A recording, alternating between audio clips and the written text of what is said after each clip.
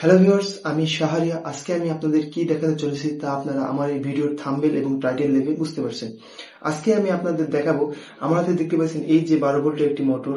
এই মোটরটি যদি আমাদের বাড়িতে থাকা 220 ভোল্ট দিয়ে চালানোর চেষ্টা করি, তাহলে এই মোটরটি কি আদৌ ভালো থাকবে, নাকি নষ্ট হবে, নাকি ব্লাস্ট হবে, নাকি পুড়ে যাবে, সেটা দেখতে চাইলে অবশ্যই আমার পুরো ভিডিওটি সাথে থাকুন। তো চলেন আর কথা না বাড়িয়ে শুরু করা যাক আজকের ভিডিও।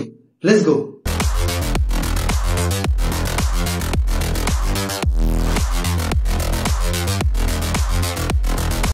আপনারা এরকম কোনো কিছু বাসায় চেষ্টা করবেন না, জাস্ট আপনাদের দেখানোর উদ্দেশ্যে এই ভিডিওটি করলাম। তো চলেন এখন আমরা এই 12 ভোল্টের মোটরটিকে 220 ভোল্টে সংযোগ দিই এবং দেওয়ার পরে দেখি এই মোটরটির অবস্থা কি হয়।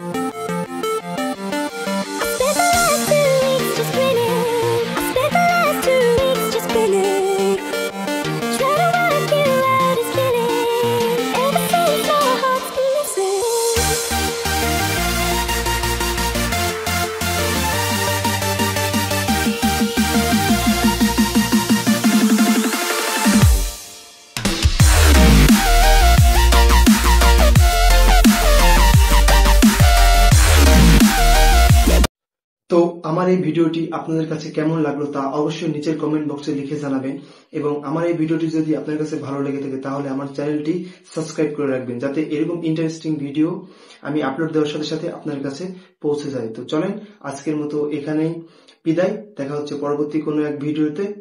ধন্যবাদ।